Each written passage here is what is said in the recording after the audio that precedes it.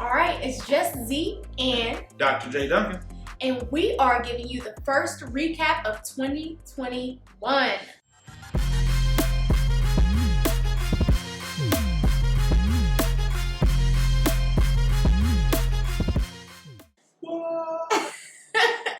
This week on the podcast, we talked about being a doer versus being a thinker. And I actually discovered mid-podcast that I am more of a thinker than I thought. You know what I'm saying? But that's what this is all about, right?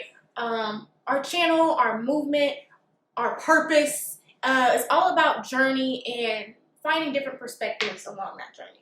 Most definitely. And as these two things usually have a concept war against each other, we dived in a little bit deeper to find out the definitions of each. Then we explored how these things kind of battle in and out of your life. All right. So my thing is definition. So let me get my definitions ready for y'all, okay? So the definition of a doer is one that takes an active part in something, someone, situation, what have you. Mm-hmm. So that's what we're going to be using as the definition for doer. Now, thinker is someone who considers important subjects or produces new ideas. So one thing that we talked about on the podcast was that both of these have action steps. Both of these have actionable words, right? The definition of thinker is they produce new ideas, right? The definition of doer is they take an active part. So both of them have that in common. And just as it seems that these have just that similarity there, kind of during the podcast we talked about how one draws on the action of the other.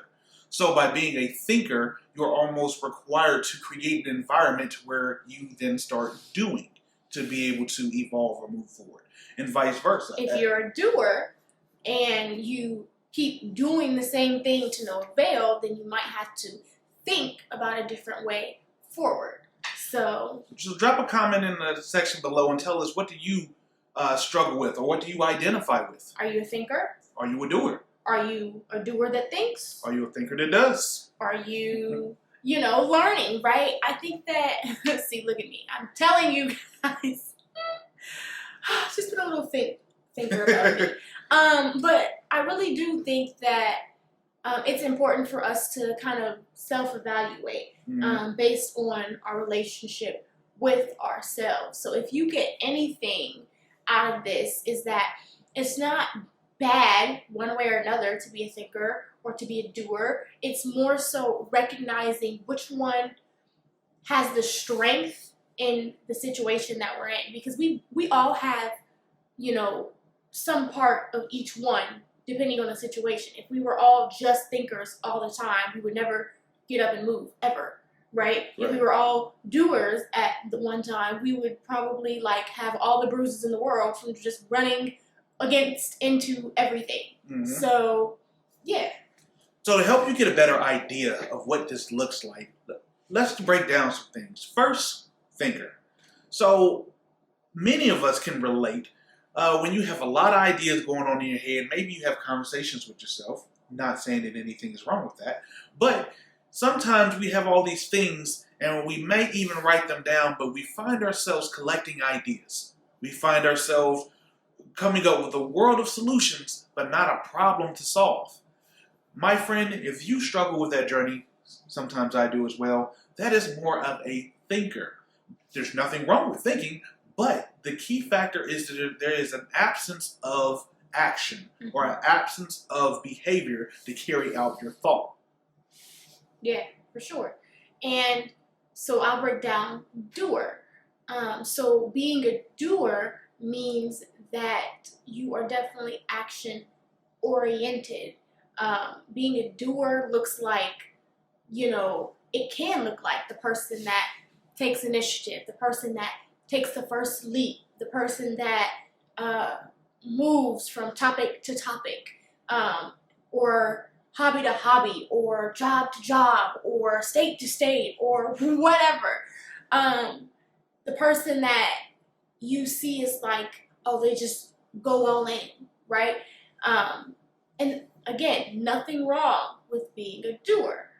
However, doing with the absence of thinking will make you seem aimless, will make you seem,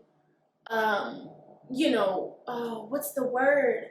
Like when you, like, pitter patter and you don't do flighty. So that's what a doer can look like. Mm-hmm. So I bet you're wondering, how does a thinker become a doer, and how does a doer become a thinker? However, there's a little trick in this equation. We believe that it isn't as much as you needing to change who you are, but implement a balance of the two. So let's talk about some transitions, shall we, Jazzy? Yeah, let's do it. So transition number 1, thinking to action. A couple action steps to do would be, first, allow yourself to think. There's nothing wrong with thinking. In fact, those that find themselves caught in their mind sometimes get caught in their own superpower. You have the ability to see things before they happen. So number 1, allow yourself to see them. But number 2, very important, practice writing it down or putting that idea onto something. That first step and that first action usually sparks a level of accountability. Mm-hmm. Number 3, make a plan to do that includes any hurdles that might be in your way. This is January. Some of the biggest things we do is set New Year's resolutions. We think of something, we set them, but we don't train for the plateaus. So after you thought of an idea, you write it down. Also write down what are some things that might get in your way. And then guess what, my friend? Just take the first step. I know you're looking for this big long list, but no, take the first step and then step again and then step again. And after some time, my friend, you will then embrace the life of a thinking doer. Okay. So you're saying like chain those thoughts together. Absolutely. Okay. All right. So now becoming a thinker from being a doer, it's going to be a little more retroactive because you don't want to take away the fact that you are the person that does, that you have those action steps. You don't want to take that away.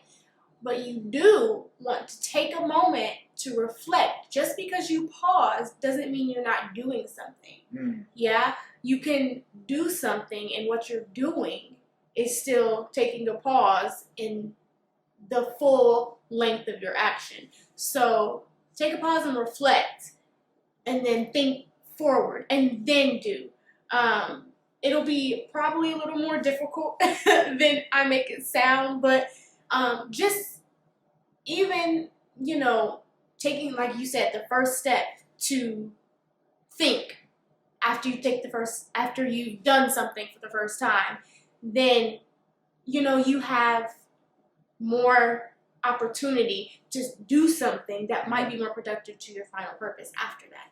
So, most definitely. So, if you guys are intrigued, check out the Minds Unlimited podcast. You can go to www.mindsunlimited.com, or you can email us at jdwncan@mindsunlimited.com. All the information will be found in the description below. Check it out. Tell us what you think. Check out the podcast. Check out our Instagrams. Connect with us. This is part of self-realization and part of a journey and your purpose. And sometimes it's easier to talk it out or to, request something from us or whatever. So, most definitely.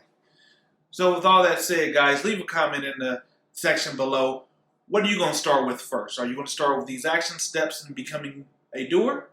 Are you going to try to transform from a doer to a thinking doer? Or are you just now finding out in which situations you're a doer or a thinker? If you like what you heard, do that action and like this video. Don't even think about subscribing. Just go ahead and do it.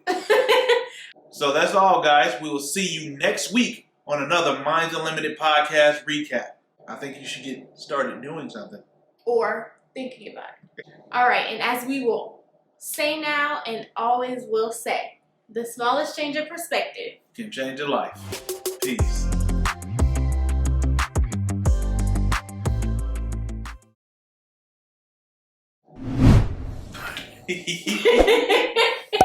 Grandma.